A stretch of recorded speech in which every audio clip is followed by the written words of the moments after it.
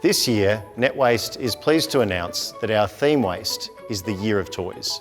For the Year of Toys, we're asking all of our entrants to look at broken or old toys that they have lying around the home that they'd like to give new purpose as a work of art.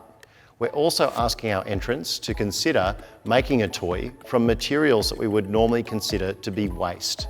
Finally, for the Year of Toys, we don't need all of our entries to be literal toys or made from toys. You can explore lots of different concepts for the theme of toys, which could range from comics and posters through to dress-ups, dioramas, and so many other things that fit with the theme waste of toys. I'm standing in front of our winning entry for 2024, the overall winner at the Parks Showcase, in which we exhibited all the winning works from all of our 14 participating councils across NetWaste for the Year of Packaging. It's a really great example of an artwork that only uses materials that would be considered waste. So this year, we're asking everyone for the Year of Toys to think about how they can make exciting and engaging artworks with materials that they would normally consider waste. And a great example here with this particular artwork is the fact that even the jars that are used to display the artwork, the bases underneath are old yogurt lids, and they fit perfectly with these glass jars. And it's just a great way of displaying the artwork without having to have bought a frame. Our overall winner found their frame at an op shop.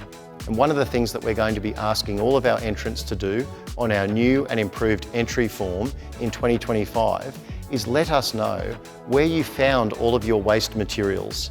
Why did you use those materials to make your work? And what did you learn about those waste materials in the process of making your artwork for the Year of Toys?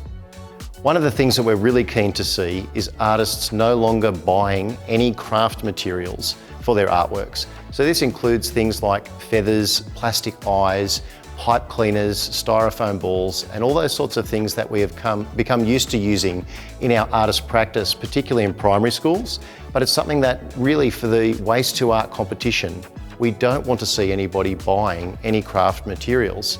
And the way that you can get around this, you can see in a number of these works that are exhibited here, we have works that use cardboard as the frame for the exterior of the work. But we also have works, if you have a look at this winning artwork, Great Expectations, the feathers that are on this work are made from torn pieces of packaging, and the texture of that packaging gives it that feathery look. So no need to go and buy those sorts of materials.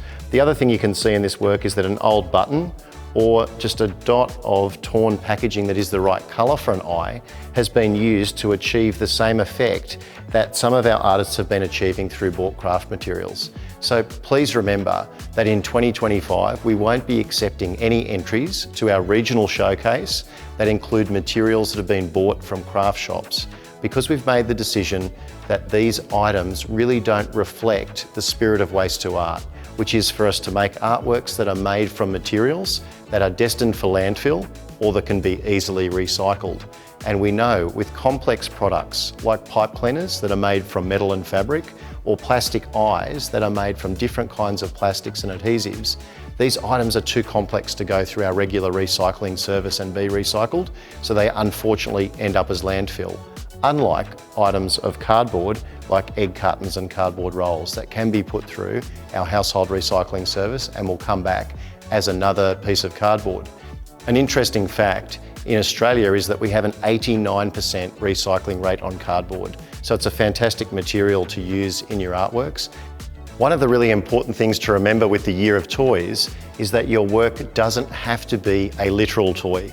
We've had so many fantastic garments entered in Waste to Art over the years. It would be a real shame to see that tradition drop away during the Year of Toys. So what we'd love to see are some wearable works that are made potentially from old or broken toys or other items that fit within the toy theme. And you can imagine how spectacular they were, particularly when we've had such exciting entries come through for our Year of Packaging. We can see the incredible detail that's on show with many of the works in the Year of Packaging, and it would be great to see that same level of detail and that same focus on embellishment in the Year of Toys. So it's been really exciting to see at our Year of Packaging exhibition here in Parks that so many of the entries actually align to the theme of toys. We've had entrants who have been making these really exciting diorama works with items that they've found around their home that may have been destined to go to landfill, but instead have been given a new life. And you can see the use of found toys in this artwork is quite exciting. Your artworks don't have to be gigantic to make it through to the regional showcase, and they can certainly use very simple materials. In the case of Oki, who won our Small But Mighty prize this year, we loved the fact on the judging panel that this work only uses materials that can be recycled, which is a really exciting way to approach the idea of making something that would fit with this year's theme, the Year of Toys. For the Year of Toys, we have a few conditions for our entries. We need to make sure that all entries are safe and stable, that none of our entries are over 30 kilos, and that no entry is larger than 1 cubic metre. So the chair that I'm standing in front of gives you a really great example of what 1 cubic metre looks like when it's a cube. So that is a metre by roughly a metre. So this chair would fit within that cubic metre guideline and would be fine for us to accept at Waste2Art. But it doesn't have to be 1 metre by 1 metre by 1 metre in a cube form. You can of course make an artwork that is 2 metres high, and if that works, so that's quite a big work, you can of course make an artwork that's 2 metres high, but in order for that to be a cubic metre, it can only be 50 centimetres by 50 centimetres on the other 2 dimensions. And as part of our new entry form, we'll make sure that we give you all the information that you need to calculate 1 cubic metre for your entries. And this will make sure that we can fit everything into the regional showcase in Dubbo for the Year of Toys. Waste2Art is no longer accepting any entries in 2025 that plug into the wall, 240 volt or lower. This is to ensure everyone's safety and make sure that we meet the terms of our insurance and other requirements. One of the things to remember with the Year of Toys is that we don't need to literally make a toy or use toys to make our entries.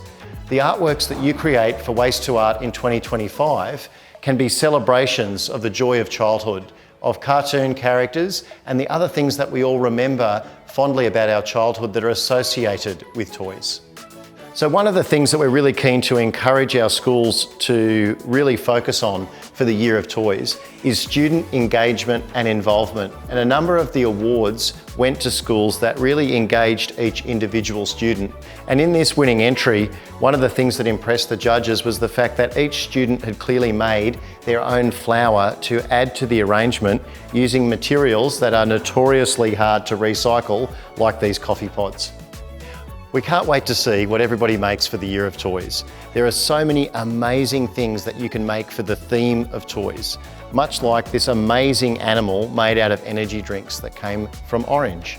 We can't wait to see what people's imaginations throw at us for this year's Year of Toys.